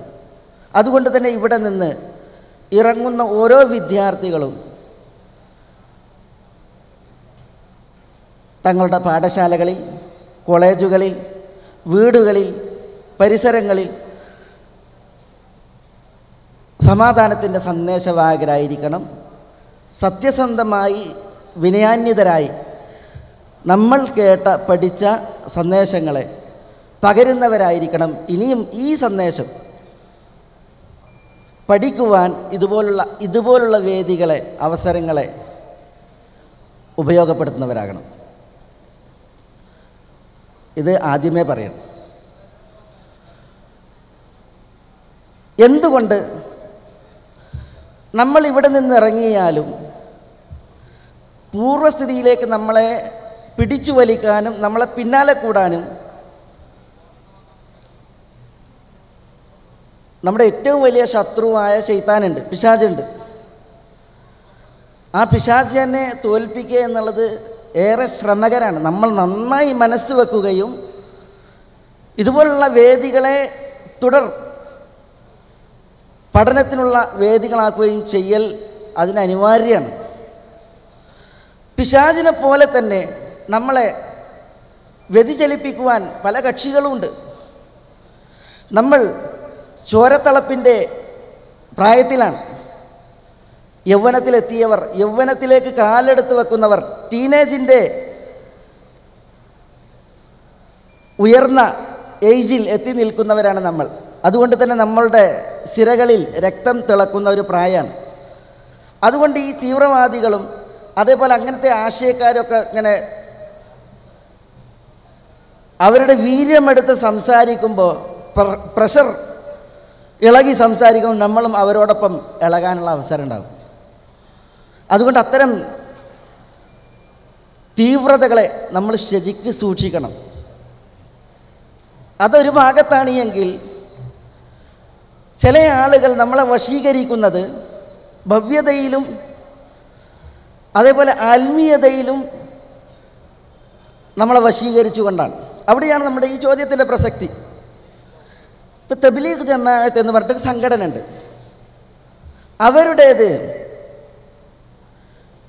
എന്താണ് തെറ്റ് എന്ന് പറഞ്ഞാൽ അവർ നിസ്കാരത്തിലേക്കല്ലേ വിളിക്കുന്നത്, ആളുകൾ നന്നാക്കാൻ ഞങ്ങളുടെ കൂടെ വരണമെന്നല്ലേ പറയുന്നത്, നിങ്ങളൊന്നും പറയണ്ട, ഞങ്ങൾ പറഞ്ഞോളെങ്കിൽ ഞങ്ങളെ കൂടെ ഒന്ന് വന്നാൽ മതി എന്നൊക്കെ പറയുമ്പോൾ സ്വാഭാവികമാണ് നമ്മൾ കാതുകൊടുത്തു പോകും. നമ്മൾ അവരുടെ കൂടെ പോയി എന്ന് വരും. പക്ഷെ ചില കാര്യങ്ങൾ, ഇപ്പോൾ ഷെയ്ഖ് അബ്ദുൽ അസീസ് ഇബ്നു ബാസ് റഹ്മത്തുള്ളാഹി അലൈഹി സൗദി അറേബ്യയുടെ ഗ്രാൻഡ് മുഫ്തി അദ്ദേഹത്തോട് തബ്ലീഗുകാരുടെ കൂടെ പുറപ്പെടുന്നതിനെക്കുറിച്ച് ചോദിച്ചപ്പോൾ അദ്ദേഹം പറഞ്ഞത്, അവരെ തിരുത്താൻ കഴിയും എന്ന് തോന്നുന്നവർ അവരുടെ കൂടെ പോയാൽ മതി എന്നാണ്. അത് പറഞ്ഞത് എന്തിനാ? അവർ തിരുത്തപ്പെടേണ്ടവരാണ്. കാരണം അവരുടെ കയ്യിലുള്ളത് പലപ്പോഴും തെറ്റായ മെസ്സേജുകളാണ്. ആ മെസ്സേജ് തിരുത്താൻ കഴിവില്ലാത്ത ചെറുപ്രായക്കാരായ നമ്മൾ തന്നെ അറിവിനെ കാംക്ഷിക്കുന്ന ഒരു മരിപ്പറമ്പിൽ ഒരു ചെടി അതെത്രമാത്രം വെള്ളം ദാഹിക്കുന്നു അപ്രകാരം അറിവിനെ ദാഹിക്കുന്ന നമ്മൾ അവരെ തിരുത്താൻ യോഗ്യരാണ്. അതിനവർ സമ്മതിക്കുമോ? പോയിട്ടുണ്ട് എങ്കിൽ. അതുകൊണ്ട് അത്തരക്കാർ പോകരുത് എന്നുള്ള ഫത്വ പണ്ഡിതന്മാർ പറഞ്ഞിട്ടുണ്ട്. ഞാൻ അവരുടെ അപകടം മനസ്സിലാക്കാൻ ഒരു ഉദാഹരണം. തബ്ലീഗുകാർ സാധാരണ അവരുടെ സദസ്സുകളിലും അവരാളെ കൊണ്ടായാലും അവർക്ക് കൂടുതൽ പ്രസംഗിക്കാനൊന്നും അറിയില്ല, സാധാരണക്കാരല്ലേ. അവരവരുടെ ഒരു പുസ്തകം എടുത്ത് വായിക്കുക ചെയ്യുക, ബാക്കിയുള്ളവരൊക്കെ അതിങ്ങനെ കേട്ട് ഉഷാറായിട്ട് പോവുക ചെയ്യുക. അപ്പോൾ ആ പുസ്തകങ്ങളിൽ പലതും നമ്മുടെ ഇസ്ലാമിന് നിരക്കുന്ന കാര്യങ്ങളല്ല. അത് സാധാരണക്കാരായ ആളുകൾ അവരെ തിരുത്താനോ മനസ്സിലാക്കി കൊടുക്കാനോ കഴിയാറുമില്ല. ഒരു ഉദാഹരണം, നബി സല്ലല്ലാഹു അലൈഹി വസല്ലം തങ്ങളുടെ ഖബറിങ്ങൽ നടന്ന ഒരു സംഭവം തബ്ലീഗുകാരുടെ ഫളായിൽ അമാൽ എന്ന് പറയുന്ന കിതാബിൽ എഴുതിയതാണ്. ഞാൻ കേൾപ്പിക്കുന്നത്. എന്നിട്ട് നിങ്ങൾ വിധിക്കുക. ഇനി അഹ്മദുർ റിഫായി എന്ന് പറയുന്ന ഒരു വ്യക്തി സൂഫിയാണ്, വലിയ തരീഖത്തിൻ്റെ ഷെയ്ഖാണ്. മദീനയിൽ വന്നു ഒരു ഹജ്ജ് സീസണിൽ. അങ്ങനെ അദ്ദേഹം നബി സല്ലല്ലാഹു അലൈഹി വസല്ലം തങ്ങളുടെ ഖബറിന് മുന്നിൽ നിന്നു. എന്നിട്ട് അദ്ദേഹത്തിൻ്റെ ആത്മകഥം, നബിയെ, ഞാൻ വിദൂരതയിലായിരുന്നപ്പോൾ നിങ്ങളോട് സലാം പറയാൻ എൻ്റെ ആത്മാവിനെയാണ് പറഞ്ഞയക്കാറ്. അയാളുടെ നാട്ടിൽ നിന്ന് ആത്മാവിനെ പറഞ്ഞയക്കും, ഖബറിങ്ങൽ വന്നിട്ട് സലാം പറയാം. ഇപ്പോൾ ഞാനിതാ ശരീരത്തോടു കൂടി അങ്ങയുടെ ഖബറിൻ്റെ സമക്ഷത്തിൽ വന്നിരിക്കുന്നു. അങ്ങൻ്റെ കൈ ഒന്ന് പുറത്തേക്ക് തരണം, ഞാൻ അതിനെ ഒന്ന് ചുംബിച്ച് സായുജ്യം കൊള്ളട്ടെ. ഇതാണ് അദ്ദേഹത്തിൻ്റെ ഭാഷ്യം. അത് അറബിയിൽ 2 വരി കവിതയിലാണ് അദ്ദേഹം ഈ ആശയത്തെ ദ്യോതിപ്പിക്കുന്നത്. എന്ത് സംഭവിച്ചു എന്നാണ് കിതാബിലുള്ളത്. നബിയുടെ ഖബറിടം ഇങ്ങനെ പിളർന്നു. ഖബറിടം ഇങ്ങനെ പിളർന്നു. അതിൽ നിന്ന് ഒരു ഹസ്തം ഇങ്ങനെ ഉയർന്നു. ആരുടെ ഹസ്തം ഉയർന്നത്? നബി സല്ലല്ലാഹു അലൈഹി വസല്ലം തങ്ങളുടെ ഹസ്തം ഉയർന്നു. ആ ഹസ്തം ഈ അഹമ്മദ് റിഫായി പുണർന്നു, അതിനെ ചുംബിച്ചു, കൈ തിരിച്ചയച്ചു, ഖബറിടം കൂടി എന്നുള്ളതാണ് കഥ. ഈ ഒരു സംഭവം അതെത്രമേൽ അപകടമാണ്, പിന്നെ അതെത്രമേൽ ബുദ്ധിക്ക് യോജിക്കാത്തൊരു വിഷയമാണ്. കാരണം നബി സല്ലല്ലാഹു അലൈഹി വസല്ലം തങ്ങളുടെ ഖബർ സ്ഥിതി ചെയ്യുന്നത് 3-4 ചുമരുകൾക്കുള്ളിലാണ്. ആയിഷ റളിയല്ലാഹു അൻഹയുടെ വീട്ടിൽ ഭദ്രമായ ചുമരുകൾക്കുള്ളിൽ, പിന്നെ അതിനിപ്പുറത്ത് വീണ്ടും 2 അല്ലെങ്കിൽ 3 മതിലുകൾ പിന്നീട് പണിയപ്പെട്ടിട്ട് അതിനകത്താണ് ഖബറിരിക്കുന്നത്. ഈ മതിലുകളൊക്കെ പണിതതിന് ശേഷം, അതും വളരെ ശക്തിമത്തായ മതിലാണ്, ചെറുതല്ല, ബലക്ഷയമുള്ളതുമല്ല, ശക്തിമത്തായ മതിലുകൾക്കുള്ളിലാണ് നബി സല്ലല്ലാഹു അലൈഹി വസല്ലം തങ്ങളുടെ ഖബറുള്ളത്. അഹമ്മദ് റിഫായി ഇതിനൊക്കെ ശേഷമാണ് വന്നതും. ഖബറിടം മാത്രമല്ല പിളരുന്നത്, ഈ ചുമരുകളൊക്കെ പിളർന്ന് ആ ഖബറിൽ നിന്ന് കൈ പുറത്തേക്ക് വരണമെങ്കിൽ നബി സല്ലല്ലാഹു അലൈഹി വസല്ലം തങ്ങളുടെ ഖബർ കൈയിൻ്റെ നീളം എത്ര ആയിരിക്കും? കാരണം വളരെ വിട്ടാണ് ഖബറുണ്ടാകുക ഒരാളിപ്പോൾ പുറത്ത് നിന്നിട്ടുണ്ട് എങ്കിൽ. കാരണം അവസാനത്തെ മതിൽ തന്നെ 3 മീറ്റർ, ഖബറിൻ്റെ ഭാഗത്തുനിന്ന് 3 മീറ്റർ ഇപ്പുറത്താണ് അവസാനത്തെ മതിൽ തന്നെ ഉള്ളത്. അപ്പോൾ ആ മതിലുകളൊക്കെ പിളർന്ന്, ഖബർ പിളർന്ന് കൈ വന്ന് അതിനെ നബി സല്ലല്ലാഹു അലൈഹി വസല്ലം തങ്ങളുടെ ആ കൈയിനെ അഹമ്മദ് റിഫായി ആശ്ലേഷിക്കുവാൻ, ചുംബിക്കുവാൻ വന്നു എന്ന് പറഞ്ഞാൽ അത് എത്രമേൽ ഗൗരവപ്പെട്ടൊരു വാർത്തയാണ്. ഈ വാർത്ത ഇവിടെ ഉണ്ട്, ഈ വായിക്കുന്ന പുസ്തകത്തിലുണ്ട്. അത് വളരെ അപകടം പിടിച്ച വാർത്തയാണ്. ഇത് ശരിയല്ല. പക്ഷേ നിങ്ങൾ അവരോട് പറഞ്ഞു നോക്കാൻ, തിരുത്താൻ അവർ തിരുത്തൂല. ഇത് അസംബന്ധമല്ലേ എന്ന് ചോദിച്ചാൽ അവരത് സമ്മതിക്കില്ല. ഈ വാർത്ത ഇതുപോലുള്ള ഗ്രന്ഥങ്ങളിൽ സ്ഥാനം പിടിച്ചപ്പോൾ ഈ ഓട്ടോബയോഗ്രഫി എഴുതുന്ന പണ്ഡിതന്മാരുണ്ട്. അതിൽ ഒരു പണ്ഡിതനാണ് സൂഫികളിൽ അറിയപ്പെട്ട മുഹമ്മദുൽ ഖുമാരി അല്ലെങ്കിൽ അബ്ദുള്ള അൽ ഖുമാരി. അദ്ദേഹം പോലും ഞെട്ടിപ്പോയി ഈ വാർത്ത കണ്ടപ്പോൾ. എന്താ അദ്ദേഹം പറഞ്ഞത്? ഈ കൈ പുറത്ത് വന്ന് അതിനെ അഹമ്മദ് റിഫായി ചുംബിച്ചു എന്നത് നബി സല്ലല്ലാഹു അലൈഹി വസല്ലം തങ്ങളുടെ പേരിൽ വലിയ കളവാണ്. കാരണം അഹമ്മദ് റിഫായി നബിനെ വിളിച്ചിട്ട് കൈ പുറത്തേക്ക് തരൂ എന്ന് പറഞ്ഞപ്പോൾ നബി കൈ പുറത്തേക്ക് ഇട്ടു എന്നാണല്ലോ, ഖബർ അതിനു വേണ്ടി പിളർന്നു എന്നാണ്. നബി ചെയ്യാത്ത ഒരു കാര്യം നബി സല്ലല്ലാഹു അലൈഹി വസല്ലം തങ്ങൾ ചെയ്തു എന്ന് പറഞ്ഞ് നബിയുടെ മേൽ കളവാണ് പറഞ്ഞിട്ടുള്ളത്. അതുകൊണ്ട് ഈ കഥയുണ്ടാക്കിയവൻ നബിയുടെ മേൽ കളവ് പറഞ്ഞാൽ എന്താ ശിക്ഷ? നരകത്തിൽ സീറ്റ് ഉറപ്പിക്കാനാണ്. ഈ കഥയുണ്ടാക്കിയവൻ നരകത്തിൽ അവൻ്റെ സീറ്റ് ഉറപ്പിക്കട്ടെ എന്ന് വരെ അബ്ദുള്ള അൽ ഖുമാരി ഈ കഥക്ക് അനുബന്ധം എഴുതിയിട്ടുണ്ട്. ഞാൻ പറഞ്ഞു വരുന്നത്, ഇത്തരം വാർത്തകൾ വരെ ഇടം നേടിയ ഒരു ഗ്രന്ഥമാണ് ഇവർ കൊണ്ടു നടക്കുന്ന ഫളായിൽ കിതാബ്, കർമ്മങ്ങളുടെ മഹത്വങ്ങൾ എന്ന് പറയുന്ന കിതാബ്.